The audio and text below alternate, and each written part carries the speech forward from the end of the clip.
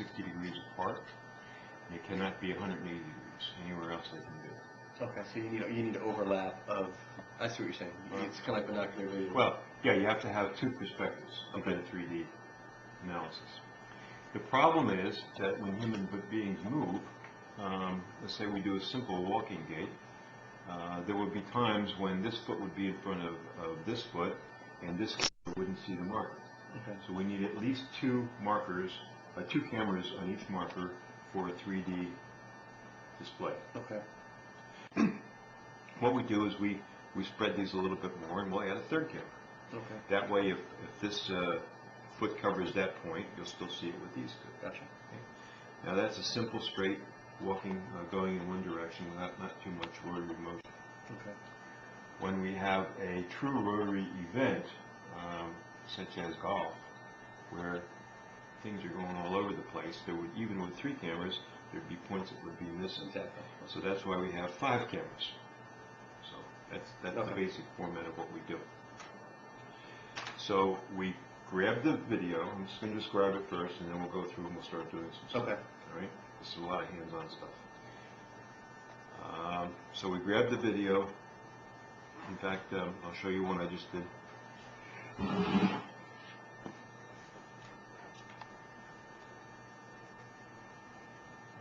In fact, first thing I'll do is I'll show you the 5 cameras. We bring up CapDV, and this little camera here, you can also do it a different way, but this is very simplistic. You open it up, you set the file name, I'll call this Brad1. It tells me that I'm putting a temporary path on the D file. But we can make that anything we want. Right, so this is something you will set up. So in this case, I'm going to change it because there's a lot of data. Now this data path, that's going to a separate memory card, or is it, where is that No, this goes into the hard drive. Okay. Into the hard drive. Okay. Because I always think of C as hard drive. Oh, we took the hard drive, we split it into a C and a D. Okay. Because we want you to store your stuff on D, we don't want you to forward out on C. Okay. So I think, well, we'll use the temp right now, but we'll create a new file later when we start doing our actual work.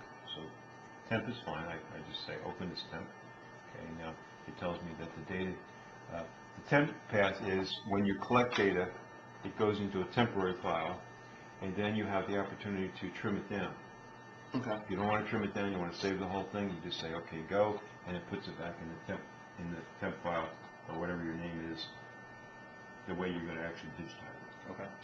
So in this case, we have a file called Brad1. Next thing is how long do we grab for? We're editing in the temp path, or do we wait till it goes into the temp path? Grabs everything. Grabs everything. And then it gives you an opportunity before you actually save it to the data. To eliminate certain camera angles? Or? You can do that, but you probably wouldn't want to do that. But what it does is it gives you an opportunity to trim the file a little bit if you want to. Okay. The way I'm going to teach you to do it, you probably won't be trimming too much. You don't need to. Okay. But let's say you're in the field. You want to do a golfer out in the golf course. There's going to be a lot of wasted film, so you want to go and trim it down to something manageable. Okay. But for most of the stuff you do, it won't be necessary. Next thing is how long do you want to capture? Well, you want to capture long enough so that you get the whole event. In the case of a walking gait, you're going to do about 3 cycles, 3 strides. So probably 5-6 minutes is adequate. Seconds. Right, I got you. For many of the activities where we'll do 2D analysis of the body part, I do 30 seconds. And I want to repeat that 30 seconds. That gives me a real good coefficient of variation and gives me a better analysis. For gait, you can't do that. Okay. It's just impossible Right. because of the distance. So this tells me that I have 6 cameras on. If I only wanted 1 camera, and I know which camera it is, I could eliminate them like that. But in this case, I want to show you that the 6 are actually up and running. And you'll never have to change this. This is in case you want 9 cameras. You have to have 2 computers. You say this one starts with number 1, goes to number 6. This computer goes 7 to 9 or whatever. So that's good. We'll say OK, and one of them is a little like that. So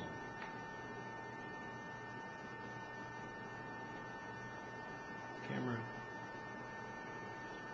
It's zoomed. It's zoomed. You have to Oh, it's unzoom zoomed. it. Okay. All right, that's okay. Don't worry. So we have 6 cameras. They're live, and everything is good.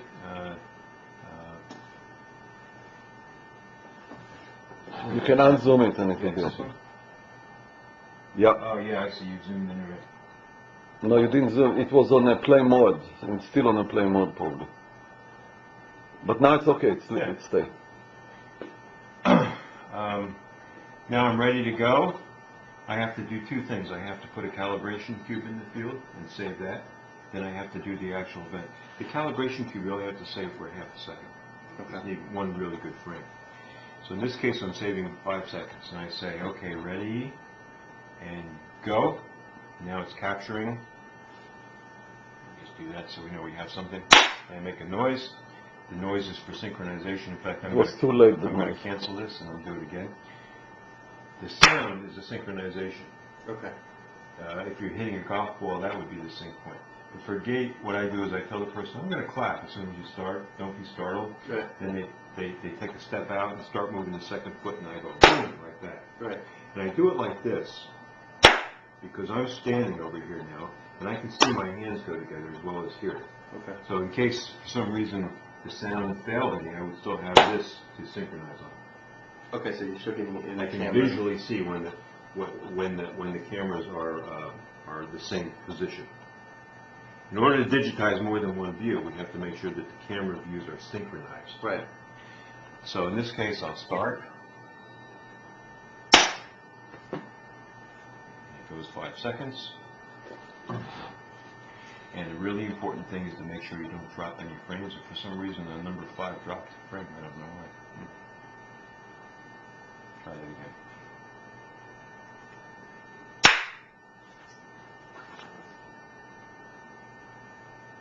Okay. If you do happen to have a cycle that drops, and God knows what happens in Microsoft anyway, with so many things going on, you want to make sure that these are all zeros. So you have this trigger to the clap? No, I started the camera collecting with this. Right. The clap is a synchronization, and I'll show you in a second where that comes in. Now, if I say manually sync, it doesn't do anything. But if I say auto sync and I say sync over here, now listen.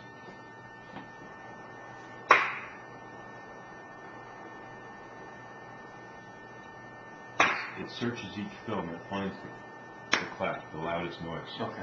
And I'll show you what it does.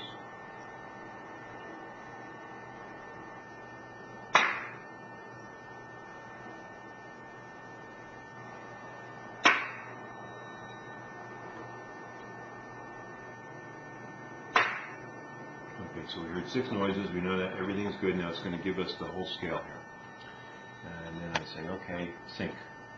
It shows me where it found the sync point in each of the views. And I say sync. And now we have this little graph. And you can't see them, but there's actually 6 lines on there. Okay. And by going from camera to camera, it shows me where the sync point is. And what you're seeing, the little differences here are half frames. It's perfectly good. That's a really good sync. Let me make a little statement here. If we didn't have the sync,